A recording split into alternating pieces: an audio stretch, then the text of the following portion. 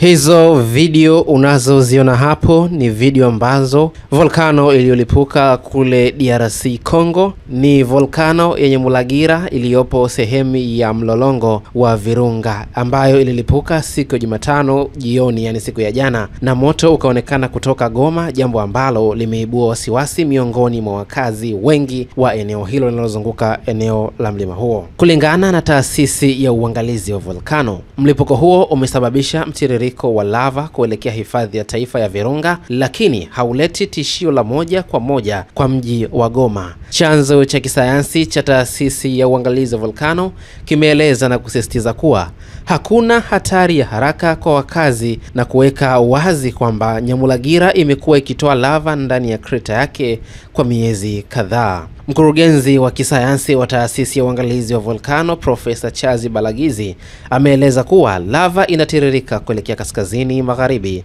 na kusini magharibi mwa volcano ya Nyiragongo iliyo kilomita 20 kutoka Goma, ambayo hutumika kama kizuizi cha asili dhidi ya mtiririko wa lava wa Nyamulagira. Picha za satellite zimeonyesha mitiririko mitatu tofauti ya lava, huku mkondo mkubwa zaidi ukisafiri umbali wa kilomita 7, ingawa hakuna makazi yanayotishiwa kwa sasa. Viongozi wa eneo hilo wanawashauri wakazi kubaki uangalifu na kufuata miongozo ya kiafya, hasa kuhusu matumizi ya maji na usafi wa chakula. Ikiwa na urefu wa mita 3058, Nyamulagira ni volkano ya ngao ambayo milipuko yake hutokea zaidi ndani ya hifadhi ya Virunga, tofauti na Nyiragongo inayotishia moja kwa moja mji wa Goma kwa sababu ya mtiririko wake wa kasi wa lava. Milipuko ya Nyamulagira mara nyingi huathiri maeneo yasiyo na makazi. Volkano mbili ambazo ni Nyamulagira na Nyiragongo ni volkano zilizo hai zaidi duniani, zinazoendelea kufuatiliwa kwa ukaribu, kwani milipuko yao ya awali imesababisha uharibifu mkubwa.